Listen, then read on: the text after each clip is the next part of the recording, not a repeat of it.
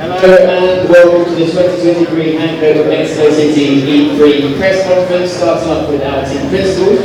On stage we have Tommaso Volpe from Nissan, James Barclay from Jaguar TCS Racing and James Rossiter from Maserati MSG Racing. Question to you all to begin with, starting with you, Tommaso. What were the main learnings from Valencia? And obviously a very tight turnaround between then and now, so I'm curious how much more influential the simulator is now going into the season. Well, we have to find out on the integration, of course, of motorsport side and try to understand where we are compared to the others. And we think we start the season with obviously much better package than the last 2 years.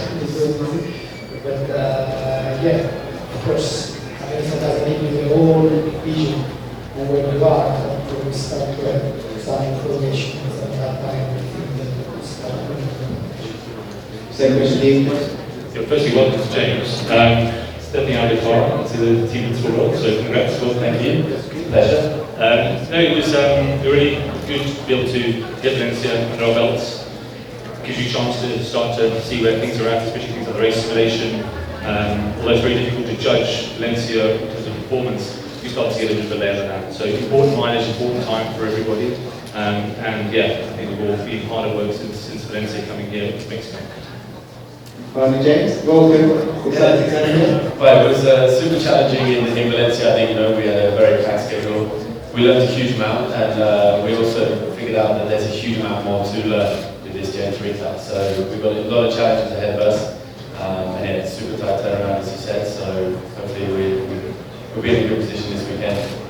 And in terms of how much the role that the simulator has now, with so many unknowns, is it even more important? I think at this point everything is there is so many unknowns. Simulator, but in terms of reality and time on track, that's where it's really going to count. And everything's new for this weekend, and the race format, everything. So I think we're we're really going to be up against it as we all are. But it's going to be an exciting challenge this weekend. Absolutely. Question to you now, James Barclay. Coming off the back of a very strong season 8, good performance throughout the season, how are you looking to replicate not just the performance but also the hunger within the team to be at the top? Yeah, I think it's fair to see as a team we're incredibly hungry. We always are, we have been, and we're incredibly passionate about continuing to build on the success we've had and continue to improve as a team.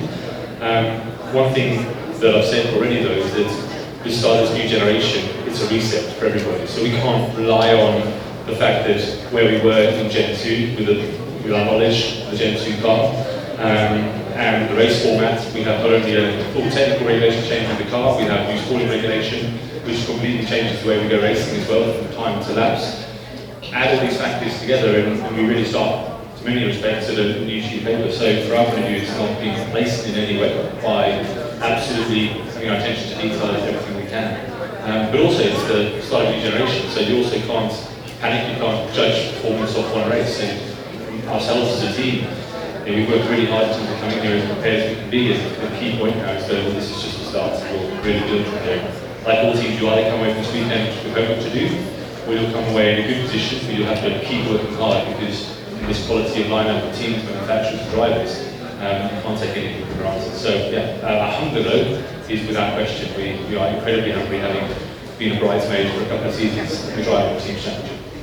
Good to hear. We saw a significant number of changes across the grid in terms of personnel and driver changes, apart from the magazine, of course. Do you think that sticking with the same duo with Città gives you a bit of an advantage? You can always hit the ground running a bit quicker than others? Yeah, from my point of view, the line I use is we want to reduce the variables. We don't want to add more variables into a situation with a lot of variables, a brand new car and everything I just explained. So from our point of view, we think that's a real positive for us. When you work with drivers, you speak a language together, you know each other, and we don't have to start that relationship in the midst of also all the new elements we have. So absolutely, from our point of view, it's meant that we can just get down to developing and working with the car together and what both Mitch and Sam will want from the car. And that's been the priority. So we're really positive. We have a really great driver lineup. That's clear. With huge success both in the championship. So yeah, we're looking forward to giving them the best car possible and together working right through the season. And Tommaso, two new drivers for you this season with Norman and Sasha. Now, they've both had previous experience in the championship, of course, on the racetrack and behind the scenes. But how steep of a learning curve is it going to be for both of them to bring them up to speed with the Nissan car and the new team? Well, I guess different from Jaguar for us, everything is new. Well, definitely for them it's going to be a steep learning curve, less for Norman, but definitely for Sasha. And he has only one race experience this year, but it was maybe last minute, so he couldn't even prepare for it. So it's a really big experience. And we expect to see this during the season, especially with Sasha. And but when we decided to change both drivers, we knew we were going through an additional challenge. But for Nissan Generation 3 is a new era in a way, because we also bought it last year. We started to make significant changes in the organization. So we thought that if we wanted to have a fresh start, this was the right season to do it. And we have a perspective over Generation 3 to understand what the objectives are. Definitely already this season we want to establish ourselves as a serious contender and a credible fighter. But we have a long-term approach, so it's okay to start with two new drivers. And this obviously, you've been involved in the championship now for a number of years. How does the start of this season differentiate from the start of previous seasons? Well, definitely, as I said, first of all, we start for the first time as a Nissan team, 100% owned by Nissan. And so the project is becoming, in a way, more corporate, so it's more control of Nissan. So this gives us also the possibility to use it more directly to promote our corporate objectives in terms of electrification and sustainability, and to have a direct say in the organization and how to leverage also talents from Nissan and how to leverage Nissan in many ways, promotion, clients, connections, and everything. So it's a totally different start, if you want. And to be honest, when I came on board, I had already this objective. So in a way, of course, it was important to manage the seasons in Generation 2, but it has always been the key moment for us, the beginning of Generation 3, as a first, let's say, big milestone for the project. Great. And final few questions for you, James, before I open up questions to the floor. First of all, how have you been settling in? New role, team principal, moving, like James says, from behind the wheel to leading the team. How's that been, building the team around you? Yeah, it's been an interesting 4 months from when I stepped out of the World Championship race and took on this role.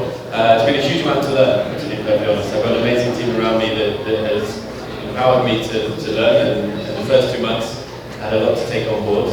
I feel much more confident now, and yeah, just trying to create the dream team, the team that I would have loved to have raced for. That's my goal.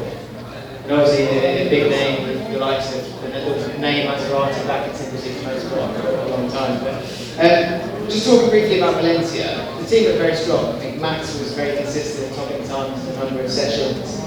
Obviously not always representative when it comes to the season, but in terms of any benchmark, things are looking very positive. So does that give you confidence going into this first race of the season? I think definitely any time when you're quick in testing, it gives you some confidence. There's still a huge amount to learn. I mean, whereas we were there, I'm sure the others did a lot of analysis, and I'm sure you're going to see teams that caught up or even overtook us very quickly from Valencia to here. So you can't rest on your laurels. I think that it was a good start. Certainly filled the team and the engineers with some confidence, and also Max, to be perfectly clear.